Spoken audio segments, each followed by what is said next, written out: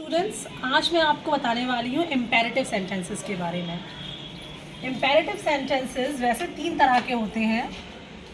Imperative sentences, जैसे कि आप देख सकते हैं 3 टाइप्स ऑफ इम्पेरेटिव सेंटेंसेस होते हैं, जिसमें एक होते हैं positive imperative sentences, the another one is negative imperative sentences and the last one is conditional imperative sentences. जैसे कि आप देख सकते हैं कि 3 तरह के इम्पेरेटिव सेंटेंसेस होते हैं, लेकिन मैं आज आपको सिर्फ पॉजिटिव इम्पेरेटिव सेंटेंसेस के बारे में बताऊंगी। नेगेटिव और कंडीशनल सेंटेंसेस के बारे में मैं आपको नेक्स्ट वीडियो में बताऊंगी।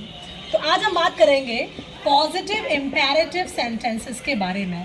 इम्पेरेटिव सेंटेंसेस वो होते हैं जिसमें हम या तो किसी को कोई ऑर्डर देते हैं, कोई कमांड देते हैं, या किसी से रिक्वेस्ट करते हैं। ये होते हैं इम्पेरेटिव सेंटेंसेस, जिसमें सब्जेक्ट तो होता है पर वो हिडन होता है, यानी कि आपका सब्जेक्ट छुपा हुआ होता है। तो मैं एक एग्जांपल दूंगी पॉजिटिव इम्पेरेटिव सेंटेंस का। पहले जो पॉजिटिव इम्पेरेटिव सेंटेंस में लिखने वाली हूँ वो एक कमांड यानी कि ऑर्डर का सेंटेंस है, जिसमें हम किसी को कोई ऑर्डर दे रहे हैं। जैसे कि मान लीजिए मैंने लिखा शट द डोर, इसका मतलब होता है दरवाज़ा बंद कर दो। मेरा भाई जा रहा है और मैंने उससे कहा शट द डोर, मैंने उसे ऑर्डर दिया। अब जाहिर सी बात है कि मैंने अपने भाई से कहा कि तुम दरवाज़ा बंद करो, लेकिन मैंने उसे तुम का यूज़ नहीं किया।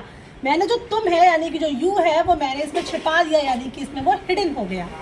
इस तरह के सेंटेंसेस जिसमें सब्जेक्ट होता तो है लेकिन छुपा हुआ होता है, उसे हम कहते हैं इम्पेरेटिव सेंटेंस। एक और यहाँ पर सेंटेंस मैं आपको बताऊँगी जिसमें हम किसी से रिक्वेस्ट कर रहे हैं, जैसे कि प्लीज़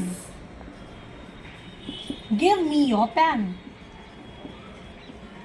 इसका मतलब है कृपया मुझे अपना पेन दो।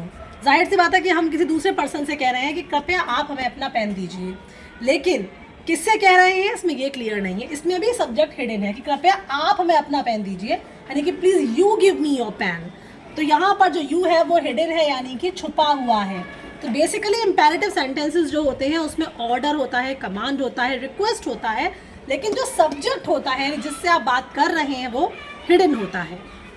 एक और सेंटेंस मैं आपको बताऊंगी जो एक ऑर्डर यानी कमांड का सेंटेंस है, लाइक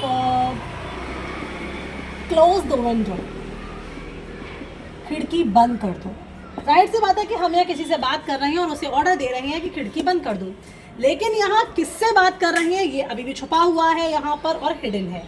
इसीलिए बेसिकली ये जितने भी सेंटेंस हैं इसमें रिक्वेस्ट के भी सेंटेंस हैं, कमांड या ऑर्डर के भी सेंटेंस हैं, लेकिन जो सब्जेक्ट है वो छुपा हुआ होता है।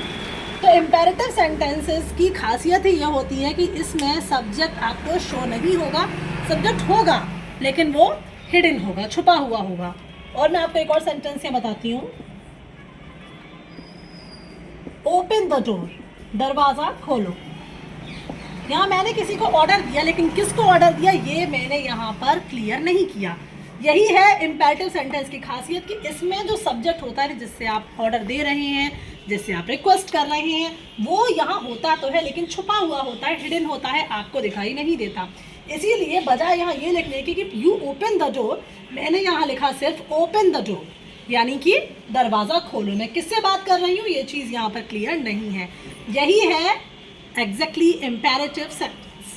यहाँ मैं आपको एक और सेंटेंस देती हूँ जो कि रिक्वेस्ट का सेंटेंस है, प्लीज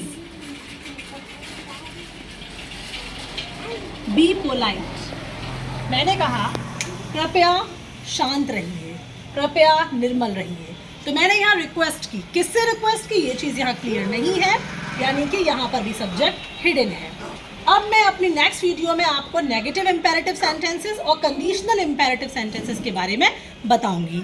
तो इसी तरह से पूरी इंग्लिश ग्रामर को जानने के लिए और इंग्लिश को झटपट थोड़े से एफर्ट के साथ सीखने के लिए आप मेरे चैनल को सब्सक्राइब करें और कमेंट करके बताएं कि आप और किस नेक्स्ट टॉपिक पर वीडियो देखना चाहते हैं। Thank you.